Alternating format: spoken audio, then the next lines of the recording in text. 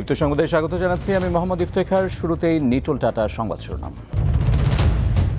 আমিনবাজারে 6 ছাত্রকে পিটিয়ে হত্যার মামলায় 13 জনের মৃত্যুদণ্ড, যাবজ্জীবন সাজা 19 জনের। 11 দফা দাবিতে রামপুরা ব্রিজ এলাকায় শিক্ষার্থীদের মানববন্ধন, কাল সকাল থেকে অবস্থান কর্মসূচি। বিধিনিষেধের মধ্যে এইচএসসি ও সমমানের পরীক্ষা শুরু, অংশ নিচ্ছে 11 বোর্ডের 14 লাখ শিক্ষার্থী।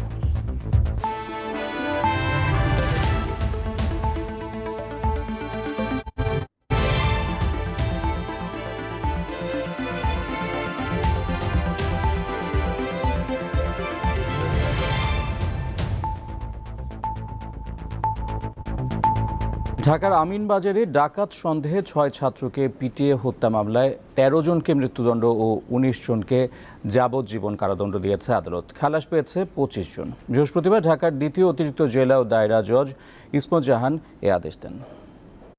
2011 সালের 17 জুলাই শবে বরাতের রাতে আমিনবাজারের বরদেশি গ্রামের কেবলাচরে ঘুরতে যান 7 বন্ধু। ডাকাত সন্দেহে তাদের মধ্যে 6 জনকে পিটিয়ে হত্যা করা হয়। এরপর ডাকাতির অভিযোগে আহত আল আমিন সহ নিহতদের বিরুদ্ধে সাভার মডেল থানায় ডাকাতির মামলা করেন স্থানীয় বালু ব্যবসায়ী আব্দুল মালিক। আর পুলিশ বাদী হয়ে অজ্ঞাতনামা গ্রামবাসীদের আসামি করে হত্যা মামলা দায়ের করে।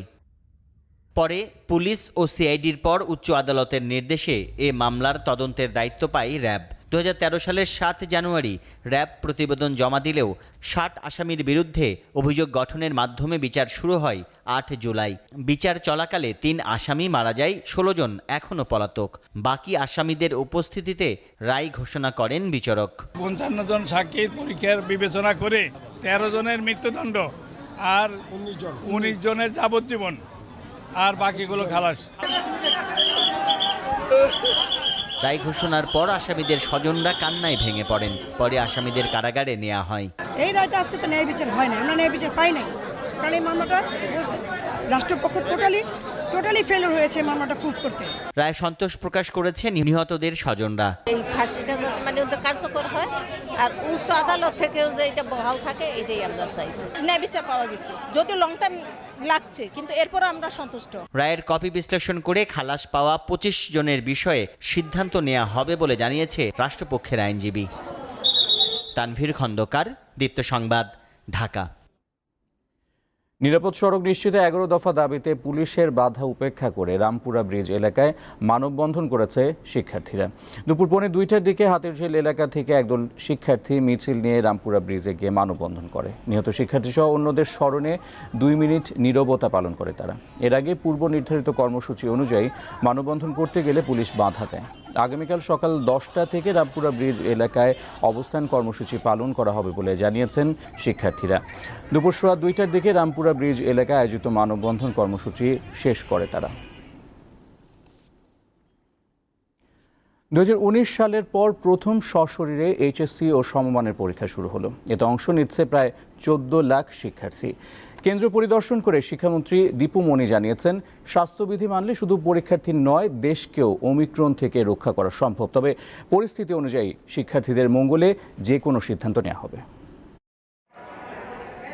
দীর্ঘ অপেক্ষার অবসান হলো মহামারীতে আটকে পড়া এইচএসসি ও সমমানের পরীক্ষার্থীদের। বিধিনিষেধের মধ্যে সশরীরে শুরু হলো এই পরীক্ষা। এবার 9টি সাধারণ এবং মাদ্রাসা ও কারিগরি শিক্ষা বোর্ডের প্রায় 14 লাখ শিক্ষার্থী পরীক্ষায় অংশ নিচ্ছে। বৃহস্পতিবার পরীক্ষা শুরুর আধা ঘন্টা আগেই স্বাস্থ্যবিধি মেনে কেন্দ্রে হাজির হয় পরীক্ষার্থীরা। গ্রুপ ভিত্তিক 3টি বিষয়ে নম্বর ও সময় কমিয়ে 1.5 ঘন্টায় অনুষ্ঠিত হয় এই পরীক্ষা। ক্লাসে ঠিকমতো বসাইছে, আমাদেরকে স্বাস্থ্যবিধি ঠিকভাবে মেনটেন করেছে। পরীক্ষা আমাদের ভালো হয়েছে, স্বাস্থ্যবিধি কোনো ত্রুটি হয়নি। দীর্ঘদিন পর যেহেতু পরীক্ষা, আমরা অনেকটাই নার্ভাস ছিলাম। পরীক্ষা ভালোই হয়েছে, সিকিউ কিন্তু এমসিকিউতে একটু সময় বেশি দিলে ভালোই। করোনা সংক্রমণ রোধে পরীক্ষা চলাকালে কেন্দ্রের 200 গজের মধ্যে জনসাধারণের প্রবেশ নিষেধ করা হয়। তবে সেই নির্দেশনা মানেননি অভিভাবকরা। না, দূরেই তো থাকতেছে, তত তো ভিড় হইতেছে না আমি মনে করতেছি। আর তো এই জায়গায় জায়গা অল্প, আমরা তো অনেক দূর থেকে অনেকে আসি, যারা কাছে থাকি তাদের সম্ভব চলে যাওয়ার। এই জন্য দেখা যায় আমাদের বাসায় যে টেনশন থাকে, আমরা আসতে অনেকটা লং টাইম লাগবে, তার জন্য দেখা যায় বা আমরা এখানে একটু বসে থাকি। অনেকদিন গ্যাপ থাকার পরে যারা অটো পাস যেন আগে দিয়েছে সেই অটো পাসের দুর্নাম যেন না হয়, এখন সরাসরি পরীক্ষা নিয়ে সেটা সরকারকে সাধুবাদ জানাচ্ছি। এর আগে স্বাস্থ্যবিধি মেনে রাজধানীর লক্ষ্মীবাজারে সরকারি শহীদ সোহরাওয়ার্দী কলেজ কেন্দ্র পরিদর্শন করেন শিক্ষামন্ত্রী। পরে তিনি জানান, পরিস্থিতি বিবেচনায় পরীক্ষা কিংবা আসছে নতুন শিক্ষা কার্যক্রমের ব্যাপারে যে কোনো সিদ্ধান্ত নেবে মন্ত্রণালয়। সকলে যদি আমরা স্বাস্থ্যবিধি মানি সারা দেশেই, তাহলে এই ওমিক্রনের যে একটা আশঙ্কা দেখা দিয়েছে সারা বিশ্বব্যাপী, সেটা থেকে আমরা শুধুমাত্র আমাদের পরীক্ষাকে নয়, আমাদের দেশকেও আমরা মুক্ত রাখতে পারবো। কাজেই সবার প্রতি অনুরোধ যেন সবাই একটু স্বাস্থ্যবিধি মেনে চলেন। আমরা নতুন বছরে একটু ক্লাসের সংখ্যা বাড়াবার পরিকল্পনা নিয়েছিলাম, তো এই মুহূর্তে সেই পরিকল্পনাটা স্থগিত আছে। অবস্থাটা কোন দিকে যায় সেটা আমাদের দেখতে হবে। এক প্রশ্নের জবাবে শিক্ষামন্ত্রী জানান, যোগ্য সকল শিক্ষা প্রতিষ্ঠানকে এমপিওভুক্ত করা হবে। সকল প্রতিষ্ঠানকেই আমরা এমপিওর অন্তর্ভুক্ত করতে চাই, কাউকে বাদ রাখতে চাই না। মিজানুর রহমান, দীপ্ত সংবাদ, ঢাকা। সশস্ত্র বাহিনীর সদস্যদের উন্নত সমৃদ্ধ দেশ গড়ার অগ্র সৈনিক উল্লেখ করে প্রধানমন্ত্রী শেখ হাসিনা বলেন, দেশপ্রেমে উদ্বুদ্ধ হয়ে সশস্ত্র বাহিনীর সদস্যদের 2041 সালের মধ্যে উন্নত দেশ গড়তে কাজ করতে হবে। সকালে মিরপুর ডিফেন্স কলেজে ন্যাশনাল ডিফেন্স কোর্স 2021 এবং আর্মড ফোর্সেস ওয়ার কোর্স 2021-এর গ্র্যাজুয়েশন অনুষ্ঠানে ভার্চুয়ালি যুক্ত হয়ে প্রধানমন্ত্রী এসব কথা বলেন। এবার এনডিসিতে 27 জন বিদেশি সহ 88 জন এবং এএফডব্লিউসিতে 55 জন প্রশিক্ষণার্থী অংশ নেন। প্রধানমন্ত্রী তার ভাষণে বলেন, জাতিসংঘের শান্তি মিশনে দেশের ভাবমূর্তি উজ্জ্বল করেছে সশস্ত্র বাহিনীর সদস্যরা। দেশের সার্বভৌমত্ব রক্ষার পাশাপাশি দুর্যোগ ও করোনা পরিস্থিতি মোকাবেলায়ও তারা অনন্য ভূমিকা রাখছে। সরকার টানা ক্ষমতায় থাকায় মানুষের মাথাপিছু আয় বৃদ্ধি ও সামাজিক সূচকে দেশ এগিয়েছে বলে মন্তব্য করেন প্রধানমন্ত্রী। আমি দেশপ্রেমে উদ্বুদ্ধ হয়ে আমাদের সশস্ত্র বাহিনীর সদস্যদের এটুকুই বলবো যে আমার 41-এর যে প্রেক্ষিত পরিকল্পনা বাস্তবায়ন, তারই অগ্রসেনা হিসেবে আপনারা কাজ করে যাবেন আমি আশা করি। তৃতীয় লিঙ্গের নজরুল ইসলাম ঋতু ঝিনাইদহের কালীগঞ্জের ত্রিলোচনপুর ইউনিয়নের চেয়ারম্যান হয়েছেন। দেশে এই প্রথম তৃতীয় লিঙ্গের কেউ চেয়ারম্যান নির্বাচিত হলেন। এদিকে মাগুরায় সংরক্ষিত ওয়ার্ডে সদস্য পদে জিতেছেন তৃতীয় লিঙ্গের কোকিলা খাতুন। ঝিনাইদহের কালীগঞ্জ উপজেলার ত্রিলোচনপুর ইউনিয়ন পরিষদ নির্বাচনের ভোট হয় 28 নভেম্বর। এতে চেয়ারম্যান পদে স্বতন্ত্র প্রার্থী হিসেবে প্রতিদ্বন্দ্বিতা করেন তৃতীয় লিঙ্গের নজরুল ইসলাম ঋতু। প্রায় 5000 ভোটের ব্যবধানে নৌকার প্রার্থীকে হারিয়েছেন তিনি। ত্রিলোচনপুর ইউনিয়নের দাঁতপুর গ্রামে জন্ম হলেও নজরুলের বেড়ে ওঠা ঢাকায় তৃতীয় লিঙ্গের মানুষদের সাথে। তবে প্রায়ই যেতেন গ্রামে, থেকেছেন গরিব ও অসহায়দের পাশে। নজরুল ইসলাম ঋতু তৃতীয় লিঙ্গের লোক হলেও সে বিপুল ভোটে চেয়ারম্যান নির্বাচিত হয়েছে। সে আমাদের ইনার আগেও আমাদের অনেক কিছুই পাশে থেকেছে, আমাদের দেখেছে। আমি সারা বাংলাদেশে একজন, আমি তৃতীয় লিঙ্গের নির্বাচনী হয়েছে। এখানে আমি চেয়ারম্যান প্রার্থী ছিলাম, আমি অনেক ভোটে জয়যুক্ত হয়েছে। এখানে জনগণ কিন্তু একটা উদ্দেশ্যই করেছে যে ওর ছেলে নেই, মেয়ে নেই, সংসার নেই, ও আমাদের জন্য কাজ করবে। তা আমি জনগণের পক্ষে সবসময় থাকবো। নজরুল ইসলাম ঋতুর জয়ে খুশি এলাকাবাসী। তাকে পছন্দ হয়েছে বলে তারা তাকে দান করেছে। এখন ইউনিয়নবাসী যেটা ভালো মনে করেছে সেটাই করেছে, আর ইউনিয়নবাসীর জন্য যা করার এখন সে করবে। এদিকে মাগুরার শালিখা উপজেলার শতখালী ইউনিয়ন পরিষদ নির্বাচনে সংরক্ষিত ওয়ার্ডে প্রার্থী হন তৃতীয় লিঙ্গের কোকিলা খাতুন। 2000-এর বেশি ভোট পেয়ে জয় পেয়েছেন তিনি। জনগণের সেবায় বাকি জীবন পার করার আশা কোকিলার। কামরুন নাহার, দীপ্ত, বার্তাকক্ষ। এবারে কেওয়াই স্টিল চট্টগ্রাম সংবাদ।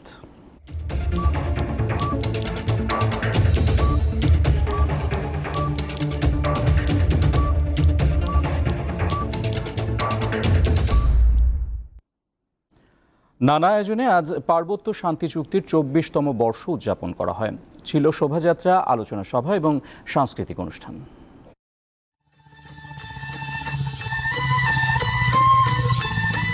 প্রায় 30 বছর ধরে চলা অশান্তি দূর করতে 1997 সালের 2 ডিসেম্বর শান্তি চুক্তি করে সরকার। এই উপলক্ষে রাঙ্গামাটিতে ক্ষুদ্র নৃগোষ্ঠীর সাংস্কৃতিক ইনস্টিটিউটে নানা কর্মসূচির আয়োজন করা হয়। পাহাড়িরা পরিবেশন করে ঐতিহ্যবাহী নৃত্য। রাঙ্গামাটি শিল্পকলা একাডেমি আয়োজিত আলোচনা সভায় বক্তারা জানান, শান্তি চুক্তি স্বাক্ষরের পর পার্বত্যাঞ্চলের উন্নয়নের দুয়ার খুলে গেছে। Khagrachhari cantonment public school and college থেকে বর্ণাঢ্য শোভাযাত্রা বের করা হয়। ক্ষুদ্র নৃগোষ্ঠীর সাংস্কৃতিক ইনস্টিটিউট প্রাঙ্গণে বঙ্গবন্ধু শেখ মুজিবুর রহমানের প্রতিকৃতিতে ফুল দিয়ে শ্রদ্ধা জানানোর পর বাঙালি, চাকমা, মারমা ও ত্রিপুরা সম্প্রদায়ের নারীরা স্ব স্ব জাতির পোশাকে আকর্ষণীয় ডিসপ্লে প্রদর্শন করে। সেনাবাহিনীর পক্ষ থেকেও কেক কাটা ও আলোচনা সভার আয়োজন করা হয়। বান্দরবান জেলা প্রশাসকের কার্যালয় থেকে বর্ণাঢ্য শোভাযাত্রা বের হয়। এতে বিভিন্ন সরকারি বেসরকারি প্রতিষ্ঠান ও স্থানীয়রা অংশগ্রহণ করে। কামরুন নাহার, দীপ্ত বার্তাকক্ষ। দীপ্ত সংবাদে নিচ্ছে বিরতি, সাথেই থাকুন।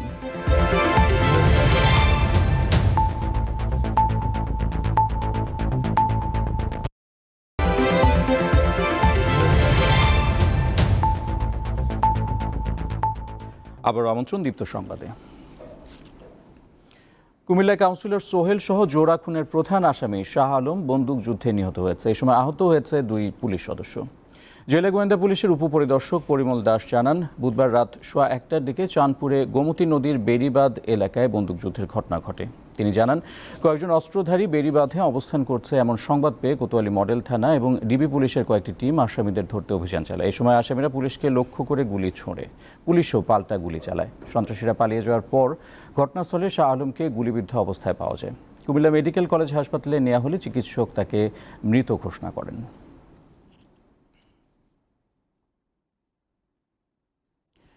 বোমা থাকার সন্দেহে ঢাকার শাহজালাল বিমানবন্দরে মালয়েশিয়া থেকে আসা একটি উড়োজাহাজের তল্লাশি চালিয়ে সন্দেহজনক কিছু পাওয়া যায়নি। তল্লাশি শেষ হওয়ার পর বুধবার মধ্যরাতে বেসামরিক বিমান চলাচল কর্তৃপক্ষ বিমানবন্দরের সংবাদ সম্মেলন করে এই কথা জানায়। কুয়ালালামপুর থেকে আসা মালয়েশিয়ান এয়ারলাইন্সের ফ্লাইটটি রাত 9:48 শাহজালাল বিমানবন্দরে অবতরণ করে। এরপর ট্যাক্সিওয়েতে নিয়ে এটিকে তল্লাশি চালায় বিমান বাহিনীর বোম ডিসপোজাল ইউনিট। অভিযানে সেনাবাহিনী, র্যাব, এপিবিএন, ফায়ার সার্ভিস সহ বিভিন্ন গোয়েন্দা সংস্থা সহায়তা করে। এরপর রাত 1:30টার দিকে সাংবাদিকদের জানানো হয় যে তথ্য তারা পেয়েছিলেন তার কোনো সত্যতা না মিললেও তারা স্ট্যান্ডার্ড অফ প্রসিডিওর অনুযায়ী পুরো উড়োজাহাজটি এবং যাত্রীদের তল্লাশি চালান। বিমানের 135 যাত্রী সবাই ভালো ও নিরাপদে আছেন।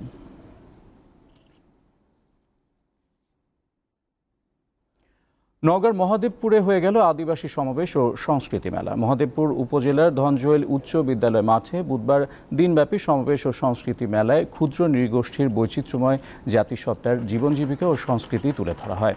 এছাড়া সাঁওতাল, উড়াও, পাহান, মুন্ডা সহ 10টি ক্ষুদ্র নৃগোষ্ঠীর সাংস্কৃতিক দল নাচ ও গান পরিবেশন করেন। মেলায় ক্ষুদ্র নৃগোষ্ঠীর কৃষি কাজে ব্যবহৃত যন্ত্রপাতি, জীবজন্তু, শিকারের হাতিয়ার, গয়না, কাপড়, তৈজসপত্র, খাবার প্রদর্শন করা হয়।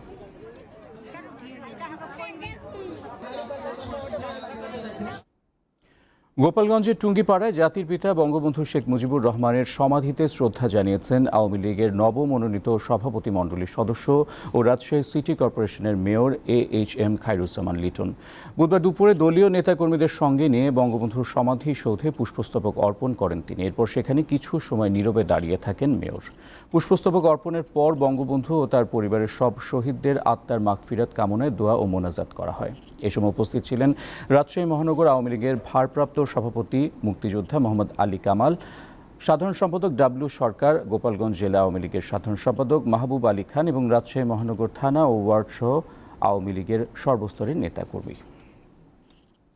গাজীপুরে ডিবিএল গ্রুপের অঙ্গ প্রতিষ্ঠান হামজা টেক্সটাইলস লিমিটেডের নতুন ইউনিট উদ্বোধন করা হয়েছে। বুধবার মাইমুন কমপ্লেক্সে অবস্থিত ফ্যাক্টরিতে ইউনিটের উদ্বোধন করেন যুব ও ক্রীড়া প্রতিমন্ত্রী জাহিদ আহসান রাসেল। সময় উপযোগী এই উদ্যোগকে সাধুবাদ জানান যুব ও ক্রীড়া প্রতিমন্ত্রী। অনুষ্ঠানে বিশেষ অতিথি ছিলেন গাজীপুর মহানগর আওয়ামী লীগের সভাপতি অ্যাডভোকেট আজমতুল্লাহ খান, গাজীপুর সিটি কর্পোরেশনের ভারপ্রাপ্ত মেয়র আসাদুর রহমান কিরণ, ডিবিএল গ্রুপের চেয়ারম্যান আব্দুল ওয়াহেদ, ব্যবস্থাপনা পরিচালক MA Jabbar, vice chairman MA রহিম ও ডিবিএল গ্রুপের বিভিন্ন ইউনিটের ঊর্ধ্বতন কর্মকর্তারা। দীপ্ত সংবাদে আবারও নিচ্ছি বিরতি, ফিরছি একটু পরে।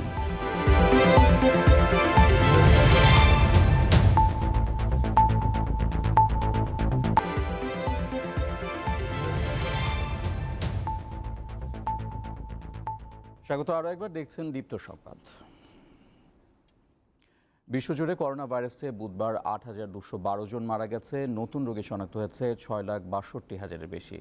সাউথ আফ্রিকায় বেড়েই চলেছে করোনার নতুন ধরন ওমিক্রনের সংক্রমিতের সংখ্যা। প্রথম শনাক্তের ৪ সপ্তাহেরও কম সময়ের মধ্যে দেশটির ৩/৪ করোনা রোগী ধরনটিতে আক্রান্ত। এদিকে বুধবার যুক্তরাষ্ট্রে প্রথম ওমিক্রনে আক্রান্ত রোগী শনাক্ত হয়েছে। আক্রান্ত ওই ব্যক্তি করোনা টিকার ডোজ সম্পন্ন করা ক্যালিফোর্নিয়ার বাসিন্দা। গত ২২ নভেম্বর তিনি সাউথ আফ্রিকা থেকে যুক্তরাষ্ট্রে গিয়েছিলেন এবং বর্তমানে কোয়ারেন্টিনে রয়েছেন। এ অবস্থায় আফ্রিকার দক্ষিণাঞ্চলের যেসব দেশে ওমিক্রনের প্রাদুর্ভাব দেখা দিয়েছে সেসব দেশ থেকে আসা যাত্রীদের নাম দিতে বিমান কোম্পানিগুলোকে চিঠি দিয়েছে যুক্তরাষ্ট্রের রোগ নিয়ন্ত্রণ ও প্রতিরোধ কেন্দ্র। ভারতের রাজধানী দিল্লির বায়ুর গুণমান আজ অত্যন্ত অস্বাস্থ্যকর মাত্রায় পৌঁছেছে বলে জানিয়েছে গবেষণা সংস্থা সাফার। দিল্লির বায়ুর মান সূচকের তথ্য অনুযায়ী বৃহস্পতিবার সকালে শহরটির বাতাসে ক্ষতিকর পার্টিকুলেট ম্যাটার 2.5-এর মাত্রা ৩১২ রেকর্ড করা হয়। তীব্র বায়ু দূষণের কারণে সেখানকার বাসিন্দারা শ্বাসকষ্ট, চোখ জ্বালাপোড়া সহ নানা ধরনের শারীরিক সমস্যায় ভুগছেন। এ অবস্থায় দিল্লির বাসিন্দাদের বাড়ির বাইরে গিয়ে কাজ করা ও দীর্ঘায়িত পরিশ্রম এড়ানোর জন্য পরামর্শ দিয়েছে ভারতের বায়ুর গুণমান এবং আবহাওয়ার পূর্বাভাস ও গবেষণা সংস্থা সাফার। ভারতের সরকারি তথ্যমতে দিল্লিতে অন্তত ৬ বছরের মধ্যে চলতি বছরের নভেম্বরে বায়ু দূষণের মাত্রা সবচেয়ে খারাপ পর্যায়ে পৌঁছেছে। অস্ট্রেলিয়ার কুইন্সল্যান্ড রাজ্যে বন্যা দেখা দিয়েছে। পানিতে ডুবে ৭৩ বছর বয়সী এক বৃদ্ধ মারা গেছে। গত ৬ দিনে কুইন্সল্যান্ডে এটি দ্বিতীয় মৃত্যুর ঘটনা। ভারী বৃষ্টির কারণে বিভিন্ন নদীর পানি বাড়তে থাকায় দিন দিন বন্যা পরিস্থিতির অবনতি হচ্ছে। কুইন্সল্যান্ডের দক্ষিণাঞ্চলীয় শহরগুলোর বাসিন্দারা বন্যার উচ্চ সতর্কতায় রয়েছে। বন্যায় কুইন্সল্যান্ডের টেক্সাস শহরের ৮০০-র বেশি মানুষ পানিবন্দী হয়ে পড়েছে। বন্যা কবলিত উইন্ডি অঞ্চল থেকে ৯০০ বাসিন্দাকে নিরাপদে সরিয়ে নেওয়া হয়েছে। বন্যা দুর্গতদের উদ্ধার ও সহায়তায় কাজ করছে কর্তৃপক্ষ। ভারী বৃষ্টির কারণে সৃষ্ট বন্যা ও ভূমিধসে ভিয়েতনামে অন্তত ১৮ জন নিখোঁজ রয়েছেন। এদের মধ্যে কয়েকজন মারা গেছেন বলে আশঙ্কা করছে কর্তৃপক্ষ। নিখোঁজদের উদ্ধারে বিভিন্ন এলাকায় অভিযান চলছে। বৃহস্পতিবার দেশটির কর্তৃপক্ষ জানায়, বন্যা ও ভূমিধসের কারণে অনেক বাড়িঘর ও রাস্তাঘাট ক্ষতিগ্রস্ত হয়েছে। বন্যায় ভিয়েতনামের সৈকত শহর ফুইয়েন বিন্ডিং ও প্রধান কফি উৎপাদনকারী প্রদেশ ডাকলাক সবচেয়ে বেশি ক্ষতিগ্রস্ত হয়েছে। এদিকে বন্যা কবলিত ও ভূমিধস হওয়া এলাকাগুলোয় উদ্ধার কাজ নির্বিঘ্নে করতে সেখানকার কয়েকটি জাতীয় মহাসড়ক ও স্থানীয় সড়ক আংশিকভাবে বন্ধ রাখা হয়েছে। খেলার খবর।